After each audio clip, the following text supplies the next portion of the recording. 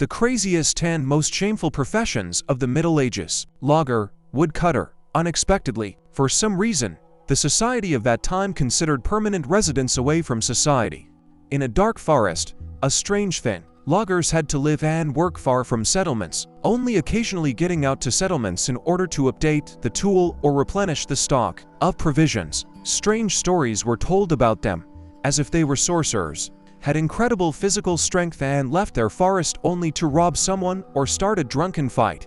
In a word, the loggers behaved in much the same way as some of our comrades returning from the watch. And besides, loggers were reputed to be enemies of trees and executioners of the forest. Charcoal burners, doing about the same thing as loggers, namely the barbaric destruction of trees with the help of the devil's fire. In fairy tales and oral folk art, charcoal burners were described almost as monsters. They live in the thicket, are always dirty, walk in rags, and the only thing they are capable of is pointing the right direction to a lost hero.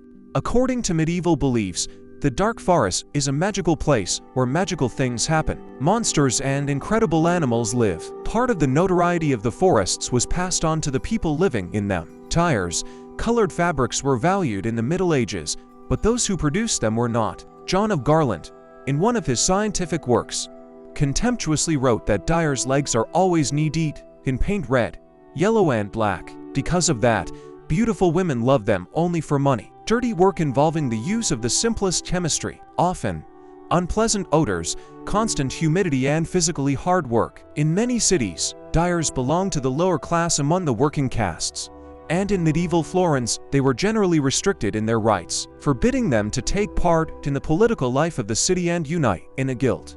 I must say, not by chance, the job didn't require brains, but there was plenty of physical strength. Representatives of this profession liked to drink after work and have a good fight. Professions related to blood, and here the executioner did not go far from the barber or, for example, the butcher. Everything was explained by the terrible dislike of medieval society for those who shed blood. It sounds strange, because we imagine the Middle Ages exactly like this, full of blood and violence, where trouble is waiting for you behind every dark corner and tree by the road. So throughout medieval Europe, for example, executioners were often allowed exclusively in houses outside cities. When separate accommodation was impossible, the executioner was settled next to some unclean place, a public restroom, houses for the sick. People of this profession were denied citizenship, not being accepted into the society he served. The executioners had few rights and could not go to public places, taverns and pubs, baths, had no right to attend church. It is not surprising that few people wanted to go into the profession. So in Germany, in the 1600s, the role of executioner was often imposed on the eldest man in the family. Cleaners, well, were without wipers. In most large cities, there were public latrines, arranged according to the hole-in-the-ground type. So, specially trained people were hired to maintain them in a normal condition and periodically clean them. Needless to say, such work was not prestigious, and here it is worth mentioning that the local population poured waste directly from the windows of their homes. If there were sewage drains, it was only of an open type.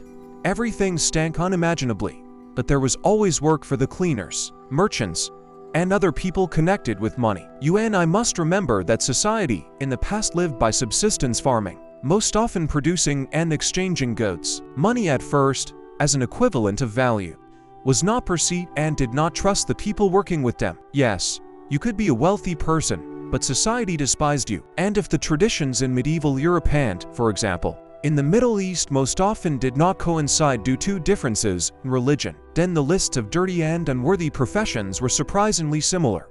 Were there any decent professions? Yes. They loved blacksmiths, gunsmiths, millers, manufacturers, and sellers of candles. But in fact, the list of worthy professions is much smaller than the list of unworthy ones. It was necessary to try hard to become someone respected in medieval society. And even now, little has changed. The profession of a fool, palace fools, or buffoons were hired to entertain kings and nobles. They spoke at meetings, joked and did funny numbers. In the worst case, they could become the object of ridicule and humiliation.